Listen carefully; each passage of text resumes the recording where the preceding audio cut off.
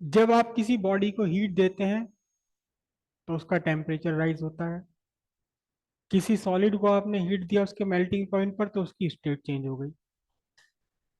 इसके उल्टे प्रोसेस भी चलते रहते हैं नेचर में। तो हीट एक्सचेंज कहाँ से कहाँ हो रही है, कितनी हो रही है, इसे मेजर करने का तरीका या इस हीट एक्सचेंज को स्टडी करना कहलाता है कैलोरीमीट्री। कैलोरीमीट्री कैलोरीमीट्री क्यों कहा जाता है? क्योंकि हीट की जो ओरिजिनल यूनिट है वो कैलोरी है। जूल तो फिर बाद में यूज करना शुरू कर दिया जब कैलोरी और जूल का रिलेशन बता दिया। जूल साइंटिस्ट थे, जूल, उन्होंने इसका रिलेशन बताया तो फिर हीट की यूनिट कैलोरी भी हो गई और जूल भी हो गई। लेकिन ओरिजिनल यूनिट हीट की कैलोरी होती है। आप कभी भी आप देखेंगे किसी पैक्ड फूड मटेरियल के ऊपर उसकी न्यूट्रिशनल वैल्यूज लिखी होती हैं, तो उसमें कैलोरी लिखा होता है कि इससे इसके खाने से आपको कितना कैलोरी एनर्जी मिल जाएगी। तो वो एनर्जी एक्चुअली जूल और कैलोरी दोनों एनर्जी की यूनिट है। ठीक है। लेकिन कन्वेंशनली आज भी हम हीट एक्सचेंज या हीट मेजर करने का जो प्रोसेस है, हीट में का एक्सचेंज जब हम स्टडी करते हैं तो एक कैलोरीमेट्री कहलाती है, जूलमीट्री नहीं कहलाती है, कैलोरीमेट्री कहलाती है। ठीक है। इन दोनों का रिलेशन लिख लीजिए। लिखिए अनदर यूनिट। एक मिनट पहले तो आप लिखिए SI unit of heat is joule. SI unit of heat is joule, जो कि वर्क की एनर्जी, वर्क या एनर्जी की यूनिट जूल है। वर्क और एनर्जी दोनों की यूनिट जूल है, क्योंकि वर्क होता ही तब है जब एनर्जी का ट्रांसफॉर्मेशन हो एक फॉर्म से दूसरे फॉर्म में। ठीक। तो हीट भी एक तरह की एनर्जी है, इसका भी यूनिट क्या होगा? Joule. Another unit of heat is calorie.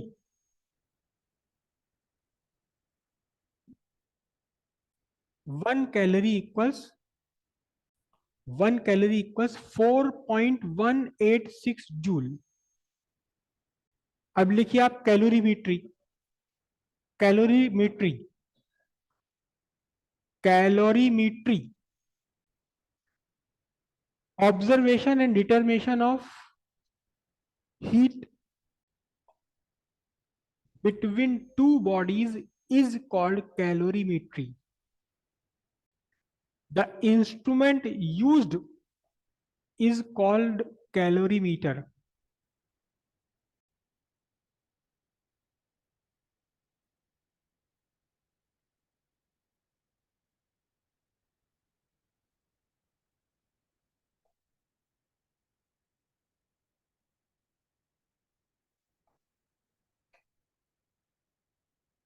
When two bodies when two bodies at different temperature are mixed together at final equilibrium temperature, at final equilibrium temperature,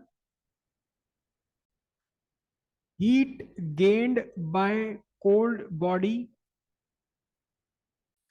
is equal to heat lost by hot body. जहां आपने heading लिखी ना principle of calorimetry, वहां slash बना करके mixture भी लिख लो। Principle of calorimetry या प्रिंसिपल ऑफ मिक्सचर भी बोलते हैं इसे।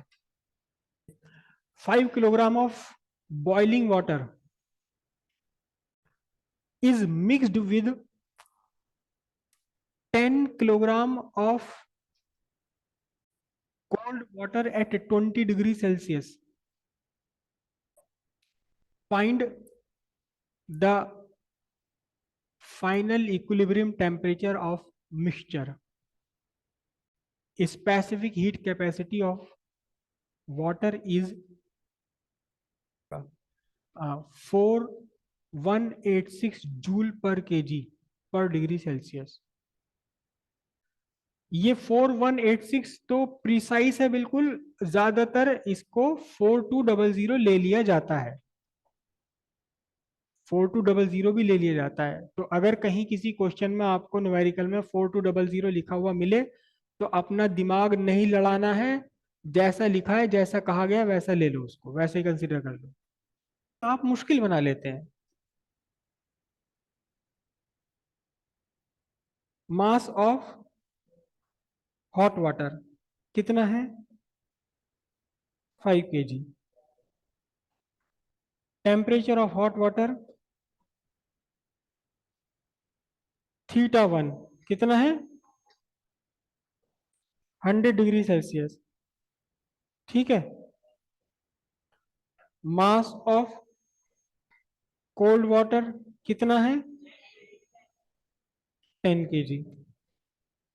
Temperature temperature of cold water θ2 20 degree Celsius. ठीक है। और final temperature of mixture theta है जो आपको कैलकुलेट करना है। ठीक है। तो heat lost by hot water equals heat gained by cold water. ठीक है। अब heat lost by hot water कितना होगा? m1 c d θ1, m2 c किसकी, यहाँ w लिख दूं मैं इसके नीचे वाटर की, d θ2। तो वाटर की तो स्पेसिफिक हीट कैपेसिटी तो दोनों साइड क्योंकि वाटर ही आ गया तो रिक्वायरमेंट ही नहीं है। यही मैं आपको बोलते हुए कह भी रहा था कि कट जाएगा, रिक्वायरमेंट नहीं है। मास ऑफ हॉट वाटर कितना है? 10 kg। This is not the temperature of hot water, this is the temperature of, this is the change in temperature.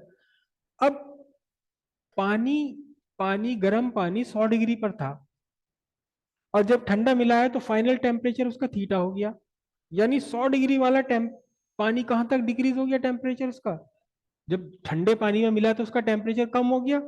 तो कितना टेम्परेचर चेंज हुआ? 100 माइनस थीटा। ठीक है। ठंडे पानी का मास कितना है? 10 kg। 10 kg।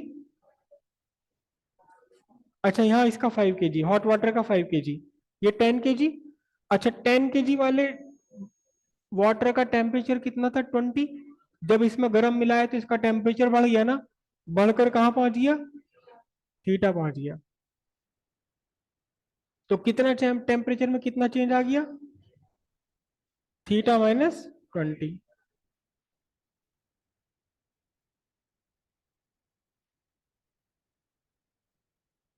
ठीक है। तो अब कितना बनाइए? 15 थीटा इज इक्वल टू 300। या कुछ गड़बड़ कर रहा हूं मैं? नहीं गड़बड़ कर रहा हूं। 700। और थीटा इक्वल्स 700/15, कितना इसका आंसर आया बताना? 46.6 डिग्री सेल्सियस। कुल मिलाकर के मिक्सचर का टेम्परेचर 46.6 डिग्री सेल्सियस बनेगा। कीजिए इसे।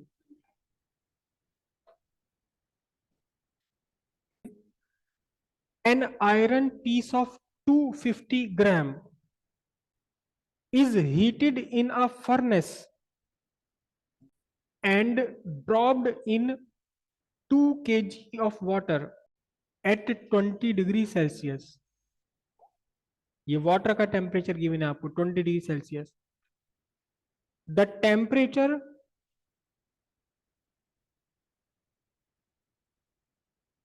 rises to 25 degree Celsius.